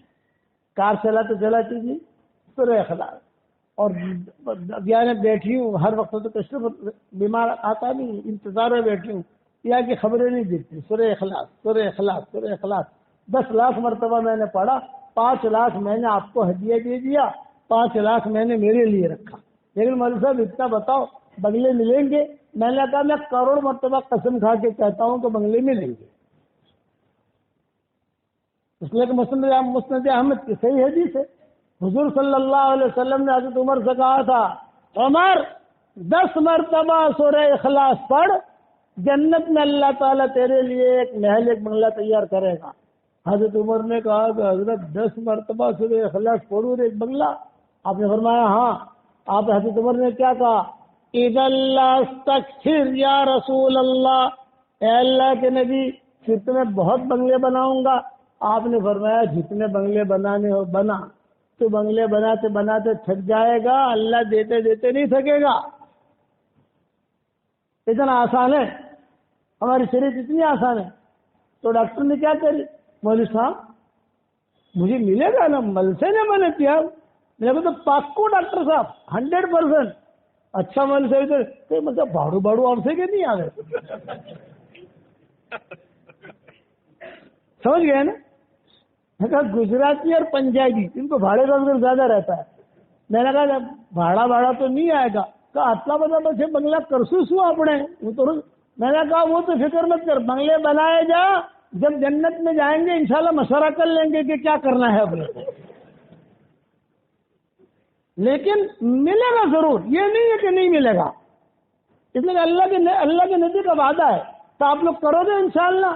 ایک حدیث سنا دیتا ہوں، ایک صحابی تھے حضرت معاویہ ابن معاویہ لیثی انصاری، تبوک کے موقع جو ہے وہ حضور صلی اللہ علیہ وسلم تبوک میں تھے، ان کا انتقال ہوا مدینہ میں۔ مدینہ منورہ سے تبوک 600-700 کلومیٹر ہے۔ حضرت جبریل تبوک میں آئے اور حضور کے سامنے ادب کے ساتھ بیٹھ کر کہنے لگے کہ حضرت وہ معاویہ ابن معاویہ لیثی انصاری کا انتقال ہو گیا ہے مدینہ میں، ہم کیا کریں؟ وہاں تو کوئی دفن کرنے والا ہے نہیں، وہاں تو کوئی غسل دینے والا ہے نہیں، سارا مجمع یہاں آ گیا ہے، تو آپ کی اجازت، آپ جیسا کہو ویسا کریں۔ آپ نے فرمایا نہیں غسل دے دو، فرشتوں نے غسل دیا، کہتے جنازے کی نماز ہم پڑھ لیں وہاں، نہیں اس کا جنازہ ہم پڑھیں گے یہاں۔ تو سارے فرشتے ان کا جنازہ اٹھا کر تبوک لائے، حضور صلی اللہ علیہ وسلم نے جنازہ پڑھا۔ پھر حضرت جبریل نے پوچھا کہ حضرت کیا کریں؟ تو یہاں دفن کریں یا وہاں مدینہ لے جائیں؟ نہیں مدینہ لے جاؤ، وہاں دفن کرو۔ ابھی احساس ہوا نا، آسمان سے فرشتے آ رہے ہیں، حضور سے پوچھ رہے ہیں اور حضور بتا رہے ہیں، احساس ہے نا قسم کا، اتنا احساس تو ہر ایک کا ہوتا نہیں۔ تو روایتوں میں یہ ہے حضور صلی اللہ علیہ وسلم نے پوچھا حضرت جبریل سے کہ جبریل اتنا بڑا اعزاز کیوں ملا، کیا وجہ اعزاز کی، اتنا بڑا اعزاز؟ تو حضرت جبریل نے اس طرح سے کیا کہا، حضرت اتنی بڑی عزت اس لیے ملی ہے اس کو کہ یہ سورہ اخلاص بہت پڑھتا تھا، آپ بھی پڑھو گے انشاءاللہ بہت سورہ اخلاص، آپ کو بھی اللہ یہ احساس دے گا۔ یہ قصہ بھی میں نے میری کتاب بکھرے موتی کے نام سنا ہوگا، آپ نے گھروں میں ہوگی کسی نہ کسی، وہاں میں نے لکھا ہے سارے حوالے کے ساتھ۔ دوسری حدیث سن لو، ابو ذر غفاری بیٹھے ہوئے حضور صلی اللہ علیہ وسلم کے پاس، جبریل آ گئے اور جبریل نے کیا کہا، اہذا ابا ذر یا رسول اللہ، اے اللہ کے نبی کیا یہ ابو ذر ہے؟ آپ نے فرمایا ہاں ابو ذر ہے۔ آپ نے پوچھا بھائی تم ابو ذر کو کیسے پہچانتے ہو؟ تو حضرت جبریل نے کہا آسمان والے ابو ذر کو مدینہ والوں سے زیادہ جانتے ہیں، مدینہ والے نہیں پہچانتے، ہم آسمان والے، آسمان میں دھمال ہے۔ آپ نے بولا کیوں، کیا وجہ ہے؟ بولے سورہ اخلاص بہت پڑھتا ہے، سورہ اخلاص زیادہ پڑھو گے تو آسمان میں دھمال ہوگی آپ کے، انشاءاللہ پڑھو گے انشاءاللہ۔ کم سے کم 31 بنگلے تو روزانہ تیار کر ہی لینے ہیں انشاءاللہ، اور ایک کئی لڑکیوں کی شادیاں ہوگی، یہ بتا دوں میں آپ کو۔ بمبئی میں ہم ہوتے تھے کئی لڑکیاں ہمیں کہتی تھی کہ شادیاں نہیں ہوتی. میں کہتا شادی کرنی ہے, میں کہا کرنی ہے. میں کہتا اس وقت میں 100 مرتبہ پڑھواتا تھا. کتنی مرتبہ بھائی؟ 100. لوگوں نے مجھے کہا مول صاحب پہلے تو آپ 100 مرتبہ سورہ اخلاص پڑھواتے تھے اور اب 313 مرتبہ. یہ بھاؤ کب سے بڑھ گیا تمہارا؟ میں نے کہا تو نے تیری دکان خریدی تھی کتنے میں خریدی تھی؟ 25 لاکھ میں. ابھی کیا بھاؤ ہے کہ 1 کروڑ. میں نے کہا تیری دکان کا بھاؤ بڑھ سکتا ہے تو ہمارا سورہ اخلاص کا بھاؤ نہیں بڑھ سکتا بھائی. તમારો ભાવ વધે તો અમારો ભાવ ના વધે. અત્યારે 313 છે, બીજી વખત આવો તો એને જ આગળ હજી 100 આવશે. બીજી હજી 100 બયાન કરું છું. એટલે આપ